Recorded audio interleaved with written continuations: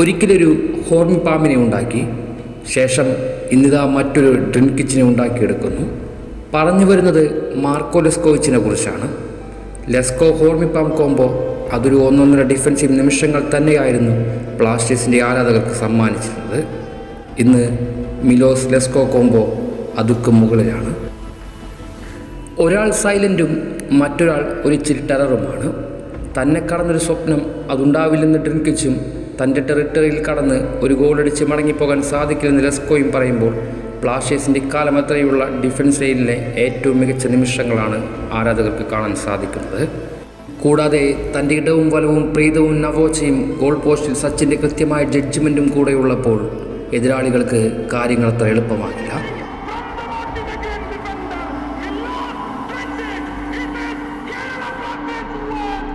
Blasters എന്നാൽ Luna എന്നൊരു ഇക്വേഷനുള്ള ടീമിന് അവരുടെ ആ മാന്ത്രികൻ നഷ്ടപ്പെടുന്നു. ശേഷം സീസണിലെ ഏറ്റവും മോശം ടീമുകളിലൊന്നിനോട് കഷ്ടപ്പെട്ട് കടന്നുകൂടുന്നു.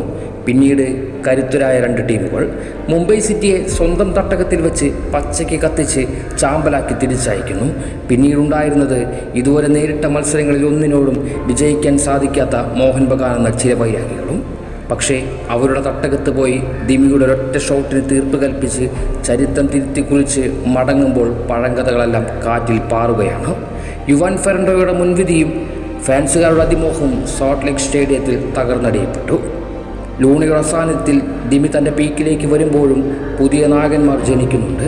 പക്ഷേ ഇതിനെല്ലാം മുകളിൽ, ഇതിനെല്ലാം പുറകിൽ, അതുക്കും മേലെ മാർക്കോ ലെസ്കോവിച്ച് എന്ന പേര് ചേർത്ത് വയ്ക്കണം. ലൂണയേൽപ്പിക്കുന്ന ക്യാപ്റ്റൻ്റെ ആൻബാൻഡ് പൂർണ്ണ സമർപ്പണത്തോടെ അണിഞ്ഞുകൊണ്ട് ടീമിനെ നയിക്കുന്ന ഒരു യഥാർത്ഥ നായകൻ തന്നെയാണ് മാർക്കോ ലെസ്കോവിച്ച്. ബ്ലാസ്റ്റേഴ്സിൻ്റെ കഴിഞ്ഞ മത്സരങ്ങളിലെ ക്ലീൻ ഷീറ്റുള്ള കണക്കുകൾ പരിശോധിച്ചാൽ അതിലേക്ക് ഏറ്റവും ഇമ്പോർട്ടൻ്റായ ഒരു മനുഷ്യൻ.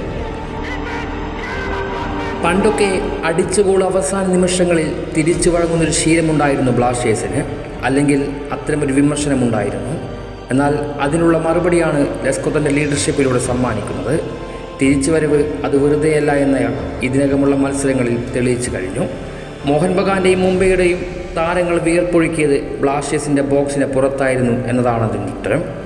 മുൻനിര കൃത്യമായി കണക്കുകൾ പുറത്തെടുക്കുമ്പോൾ ഡിഫൻസ് ലൈനിൽ തൻ്റെ സഹതാരങ്ങളെ പ്രതിരോധിക്കാൻ മെരുക്കിയെടുക്കുന്നത് എത്ര സുന്ദരമാണ്. തൻ്റെ കൃത്യമായ ജഡ്ജിങ്ങും നിർദ്ദേശങ്ങളും ശാസനങ്ങളും കൊണ്ട് പ്രീതം കോട്ടാനെയും നവോച്ചയും സച്ചിനെയും തൻ്റെ ഇടവും വലവും നിർത്തി കവചമൊരുക്കാൻ അയാൾക്ക് സാധിക്കുന്നുണ്ട്.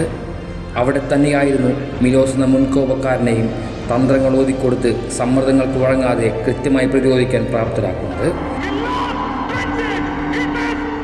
അയാളുടെ ഒരൊറ്റ നോട്ടം മാത്രം മതി ഇനി എന്താണ് മുന്നോട്ട് ചെയ്യേണ്ടതെന്ന് അവർക്ക് മനസ്സിലാക്കിയെടുക്കാൻ സാധിക്കുന്നുണ്ട്. ഇന്ന് ഗോളടിക്കാൻ മാത്രമല്ല, ഗോളടിപ്പിക്കാതിരിക്കാനും ബ്ലാസ്റ്റേഴ്സിന് സാധിക്കുന്നുണ്ടെങ്കിൽ അതിൻ്റെ കാരണം മാർക്കോ ലെസ്കോവിച്ച് എന്ന പുതിയ നായകൻ്റെ ലീഡർഷിപ്പ് തന്നെയാണ്. മാത്രമല്ല, കഴിഞ്ഞ മത്സരത്തിൻ്റെ വിജയത്തിൻ്റെ യഥാർത്ഥ അവകാശികൾ കേരള ബ്ലാസ്റ്റേഴ്സിൻ്റെ ഡിഫൻസ് ലൈൻ തന്നെയാണ്. എതിർ ടീമുകൾക്ക് തലവേദനയായി മാറുന്ന മുൻനിരയിലെ ദിമി പെപ്ര കോംബോ എന്ന പോലെ തന്നെ ഡിഫൻസിലും ലെസ്കോ മിലോസ് കോംബോ ടച്ചായി തുടങ്ങിയിരിക്കുന്നുണ്ട്. മധ്യനിരയിലെ ഇന്ത്യൻ താരങ്ങളായ ഐമണും മസറും ഡാനിഷും രാഹുൽ കെപിയും എല്ലാം പരിക്കേറ്റ് പുറത്തുപോയുള്ള കുറവ് അറിയിക്കുന്നില്ല. അതുകൊണ്ട് തന്നെ ഇനി വരുന്ന മത്സരങ്ങളിൽ പുതിയ സ്ക്വാഡിൻ്റെ വിളയാട്ടം തന്നെയാണ് കാത്തിരിക്കുന്നത്. ഷെൽഫിൽ കപ്പിൽ നിന്ന് കളിയാക്കിയവരോട് ഞങ്ങൾ വരികയാണ്. ആ കിരീടം ഞങ്ങളുടെ ഷെൽഫിലേക്ക് എത്തിക്കുക.